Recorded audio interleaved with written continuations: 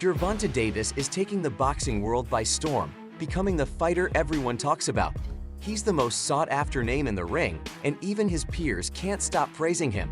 Let's dive into what other boxers have to say about this unstoppable force.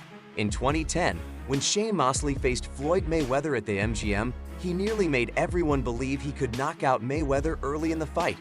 Mosley landed a clean jab to Mayweather's body, followed by a powerful right hand to the head in the second round. Mosley stunned everyone by breaking through Mayweather's usually impenetrable defense. However, as Steve Kim put it, by the end of the second round, Mosley's chances were over.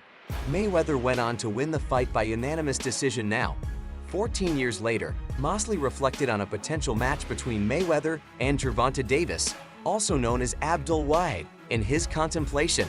Mosley shared his thoughts on the only way Davis, nicknamed Tank, could possibly defeat Mayweather in the ring. During a recent feud with Mayweather, Gervonta Davis made a bold claim that he could knock out Floyd. When he appeared on the Sigger Talk podcast, he was asked if he really believed he could beat the retired boxer, who holds a record of 50 professional wins. Davis confidently replied that he would give Mayweather a spanking. However, Shane Mosley has a different perspective. While he acknowledges that being a southpaw could give Davis an edge against Mayweather, he still thinks Mayweather would have the upper hand. According to Mosley, Mayweather would win easily at 135 ulms. He noted that Mayweather is taller and faster, making it difficult for Davis to get close enough to land effective counterpunches due to his shorter stature. Despite this, Mosley admitted that Davis possesses significant power, similar to what Mosley had in his prime. Mosley also pointed out that Mayweather has historically struggled against southpaw fighters who lead with their right leg. This was evident in his fights against DeMarcus Corley and Zab Judah, who managed to land some hits on him. This gives Davis a potential advantage. However, Mosley ultimately believes that Mayweather, especially in his prime, would perform better against Davis. Floyd Mayweather, known by the nicknames Pretty Boy and Money, had two distinct phases in his career. As a younger guy, Mayweather was more aggressive and fought toe-to-toe with his opponents. However, as he got older and his body slowed down, he became smarter about his approach and focused more on defense during the Money era. Shane Mosley believes that both versions of Mayweather could beat Gervonta Davis. He stated that the more defensive Money Mayweather would have defeated Davis, and the aggressive, Pretty Boy Mayweather would have also won. Mosley confidently concluded that no matter which version of Mayweather faced Davis, Mayweather would come out on top. Respected trainer Stephen Bradman Edwards often breaks down boxing strategies and answers questions from fans, and during a question about the old generation and new generation, an intriguing comparison was made between Manny Pacquiao and Gervonta Davis. Stephen answered that while Tank doesn't have the impressive career record that Manny has, head-to-head matchups are more about who can beat whom rather than who has the better resume. Tank is a strong contender because he is an excellent counterpuncher, and Manny can be reckless at times. However, by the time Manny reached the lightweight division, he had evolved into a great boxer-puncher. Manny, who defeated David Diaz at 135 ulms in 2008, could beat 99% of all lightweights in history at this moment.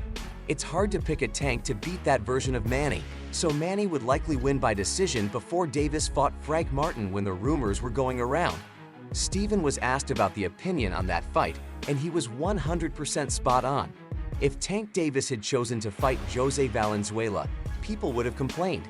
I think Rue is a great fighter, and his knockout win over Chris Colbert was one of the best of the year. But with a record of only 13-2, there would still be complaints even though he's talented. Stephen Bradman Edwards believes that a potential matchup between Gervonta Davis and Frank Martin is a good one if it happens before Martin's last fight, where he didn't perform as well. People wanted to see him face top opponents now after a lukewarm performance. Some are complaining about him fighting a top guy like Davis. If the fight happens now, Edwards isn't sure if Martin would win, but he has no problem with the matchup. Martin has boxing IQ skills and some power, and he's undefeated his coach. Derek James is elite. In his last fight, Martin wasn't at his best but showed determination and superior conditioning, winning with a late knockdown. He deserves credit for that. Historically well-rounded fighters have given offensively dynamic fighters tough matches as underdogs.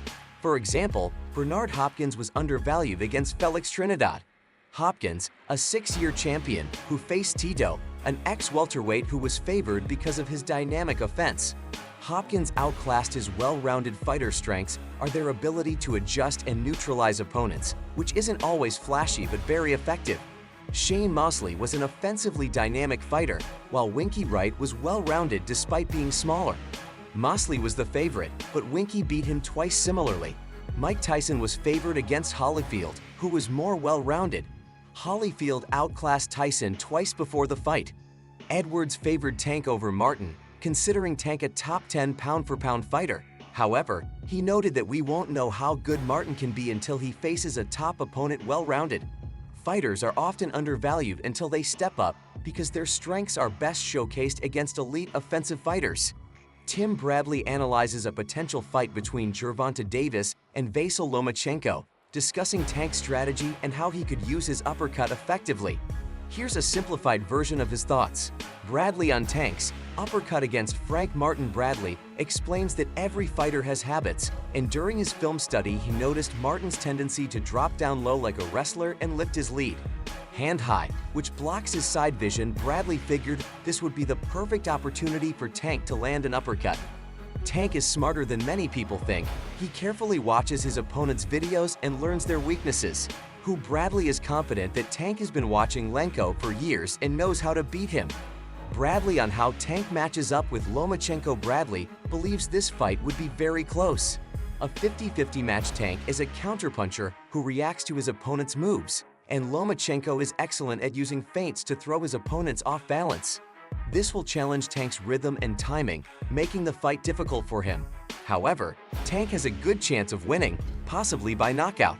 To succeed, Tank needs to push Lomachenko onto his back foot and keep him off balance. Lomachenko's high guard leaves his body exposed, which Tank can target with powerful body shots. Additionally, Lomachenko sometimes misjudges his distance, and Tank can capitalize on this by timing an uppercut a punch.